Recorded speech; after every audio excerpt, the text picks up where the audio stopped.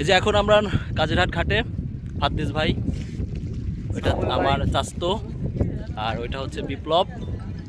এর আগের ভিডিওতে দেখাইছিলাম না বিপ্লব এবং চাস্তো, আর আজকের এই ভিডিওতে আমাদের সাথে যুক্ত হয়েছে ফাদ্দিস ভাই।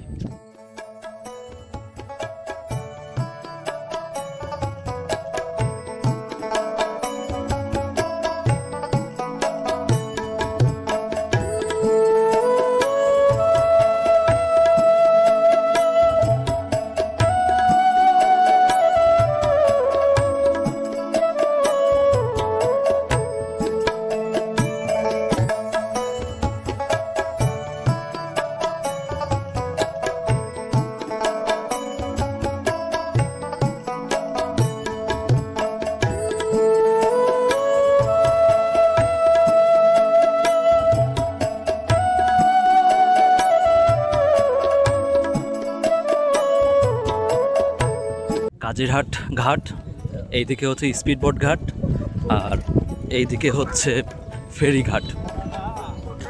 রাস্তার কাজ এখনো সংস্কার করা। এটা হচ্ছে পাবনা আমিনপুর থানার কাজিরহাট। এগুলো হচ্ছে মালবাহী ট্রলার, আর এই ট্রাকগুলো ওই ফেরিতে উঠবে। ওই যে ফেরিটা দূরে দেখা যাচ্ছে, ওই ফেরিতে উঠবে। এখানে মেন সমস্যাটা হচ্ছে ফেরির সংখ্যা কম, যেটার কারণে সঠিকভাবে যে জায়গা দরকার বা যে ফেরিগুলো দরকার সে ফেরিগুলো নেই। এখানে মাত্র একটা ফেরি চলাচল করে, দুইটা ফেরি চলাচল করে। দেখেন কি পরিমাণ জ্যাম লেগে আছে ট্রাকের। এটা কাজিরহাট ফেরিঘাট। দেখেন বর্তমান অবস্থা হচ্ছে এই, এবং ফেরি আসছে। এই যে এটা হচ্ছে ফেরি। এই ফেরিতে এই গাড়িগুলো লোড করা হবে এবং এইখান থেকে, এই কাজিরহাট থেকে সোজা চলে যাবে ঠিক এই রাস্তা দিয়ে একদম আরিচাতে। ওইখান দিয়ে যে যার গন্তব্যে পৌঁছে যাবে। দেখেন ভিউটা কি অপূর্ব সুন্দর। দেখেন চারপাশের ভিউটা খুবই সুন্দর।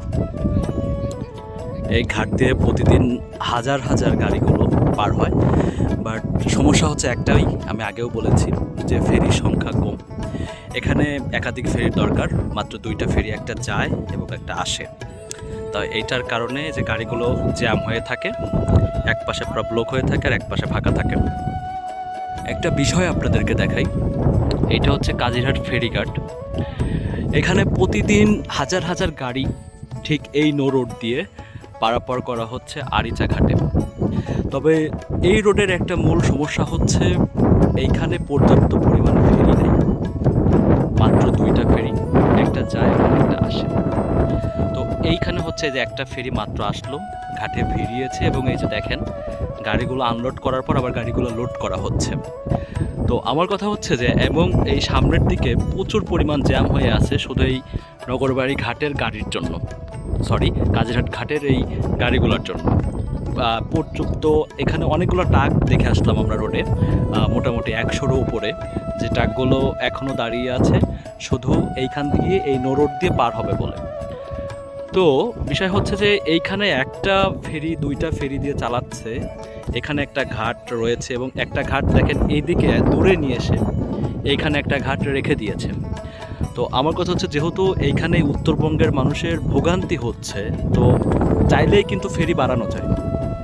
তো যদি এখানে আরও 2টা বা 3টা ফেরি বাড়ানো হয়, সেক্ষেত্রে আমার মনে হয় এই উত্তরবঙ্গের মানুষের যে ভোগান্তিটা এই নো রোডের, এবং গাড়িগুলোর যে কষ্টটা হচ্ছে, মানে গাড়িগুলোর মানুষের যে কষ্টটা হচ্ছে, সেটা আমার মনে হয় দূর হবে।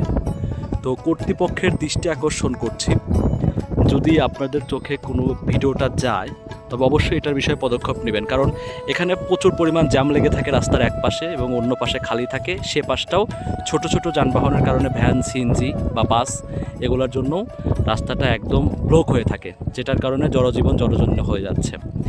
তো কর্তৃপক্ষকে একটা কথাই বলতে চাই, যেহেতু একটা ঘাট এখানে এটা পড়ে আছে, তো যদি এখানে আরও 2টা বা একটা ফেরি বাড়ানো যায়, তো আমার মনে হয় এদিকের মানুষের একটু উপকৃত হয়। তো বিষয়টা একটু চিন্তা ভাবনা করে দেখবেন সবাই, এবং ভিডিওটা শেয়ার করবেন যেন এই সমস্যাটা দূর হয়ে যায়। আসলে এটা আমাদের সবার সমস্যা, এই সমস্যাটা দূর করার জন্য আমাদের সবাইকেই এগিয়ে আসতে হবে। তো যারা যারা ভিডিওটা দেখছেন অবশ্যই ভিডিওটা শেয়ার করবেন, যাতে কর্তৃপক্ষের কাছে ভিডিওটা পৌঁছে যায়।